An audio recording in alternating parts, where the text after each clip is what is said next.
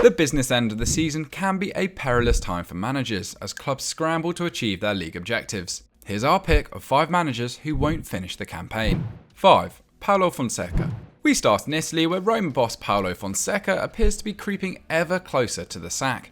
Stuck in 6th, the Giallorossi have played a game more than their nearest rivals in Serie A and sit 5 points behind Atalanta in that all-important final Champions League qualifying spot. That's despite an excellent start to the season that saw them lose just twice in 14 games and sit 3rd by the turn of the year. Expected points even had them at 2nd. But 2021 has proved to be hugely frustrating for all concerned at Roma. They have only managed to win 50% of their matches and tasted defeat on 5 separate occasions. It's meant that any winning momentum has quickly stalled, while they're yet to emerge victorious once against any of the other sides in the top 8.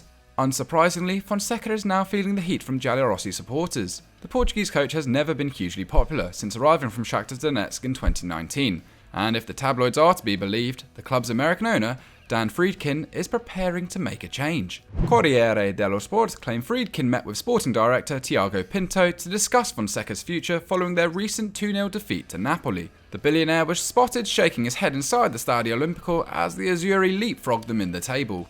To make matters worse, after the game, Fonseca lashed out at his players for having no courage and the wrong mentality. But this didn't go down well in the dressing room at all, with club captain Lorenzo Pellegrini refuting those claims. Corriere dello Sport argue that in fact the players were perplexed by some of Fonseca's tactical choices and were unimpressed at his treatment of Edin Dzeko that almost saw the Bosnian striker leave last January. Any failure to progress past Ajax in the Europa League quarter-finals could spell the end for Fonseca.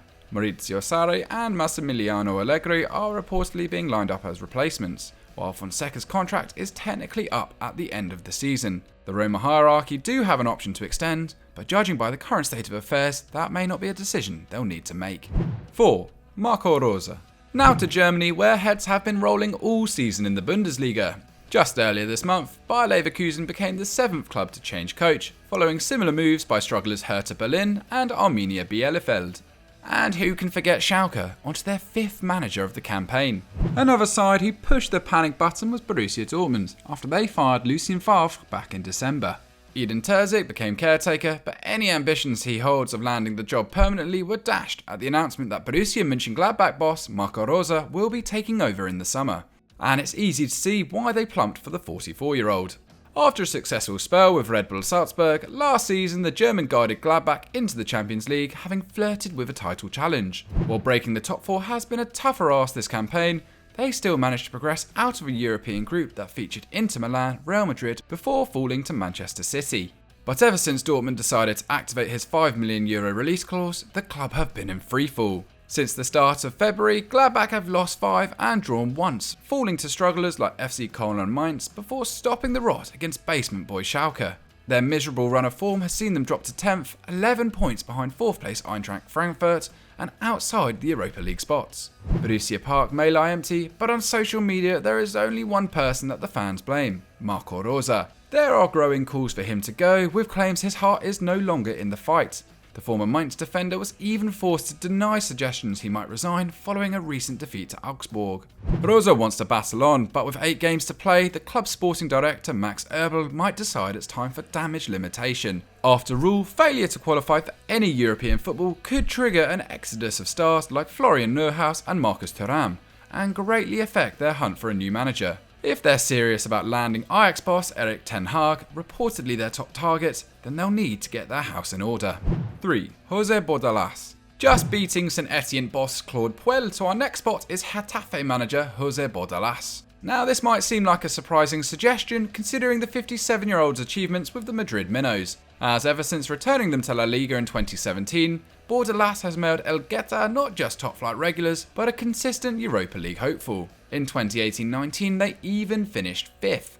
Under the Spaniard, the Azulones are an aggressive and clinical underdog that no other side enjoys facing. Since the start of 2019, no player completes more pressures in La Liga than their flying left-back Marc Cucurella. While in 18-19, Getafe enjoyed the least possession in the division, only to score the highest percentage of goals from open play and needing on average the fewest number of passes to create an opportunity. Punching above their weight has been the norm at the Coliseum Alfonso Pérez. Sadly this term, their bruising approach appears to be taking its toll. They're currently poised 6 points above the relegation zone, having won only once in their last 10 games. In fact, only 19th place Alaves have lost more than Getafe, while they've scored the second fewest goals with 22. It doesn't help that normally reliable forward Jaime Mata is on just 5 for the season, having hit double figures in his previous 2 campaigns. Something has to give, and that looks increasingly likely to be Bordalas' job. Spanish outlet Diario AS claims the club's president Angel Torres will pay the €3 million required to end his contract if needs be, with relations between the pair at an all-time low. Former manager Mikel is reportedly being lined up to try and salvage their season.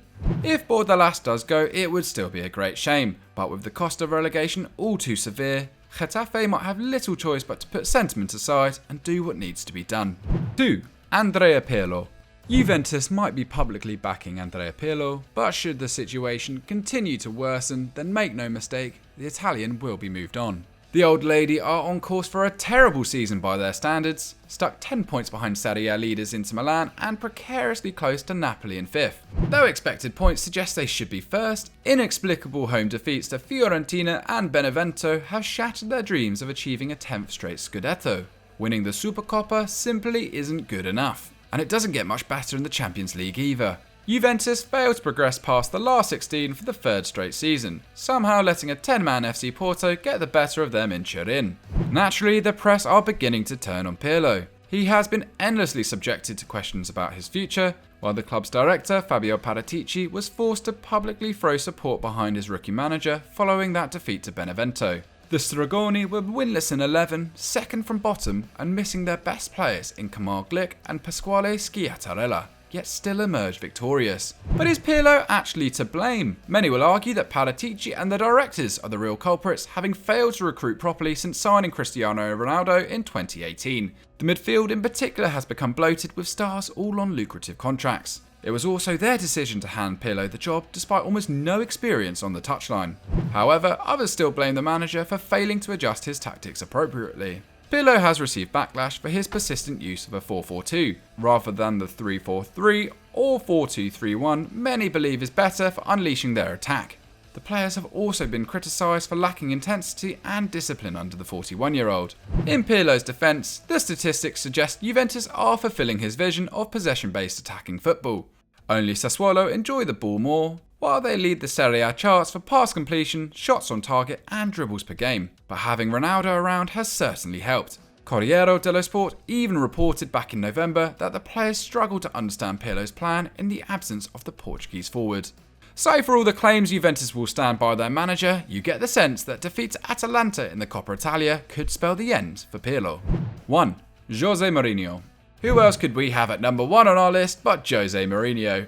It's been another textbook year of management by the Portuguese supercoach, with Tottenham violently swerving from success to disaster at every turn. An opening day defeat to Everton was quickly forgotten after an 11-game unbeaten streak that saw them top of the Premier League by mid-December.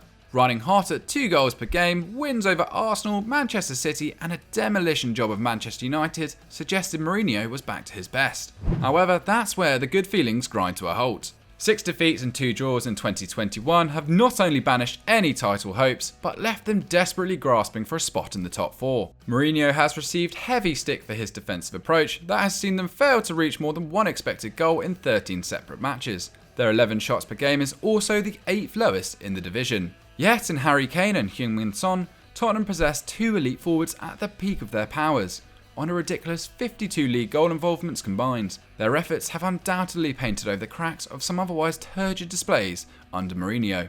And then there's his annual drama with one of his players, this time Dele Alli. Rightly or wrongly, the 24-year-old has fallen foul of Mourinho and has only been handed over 230 league minutes as a result.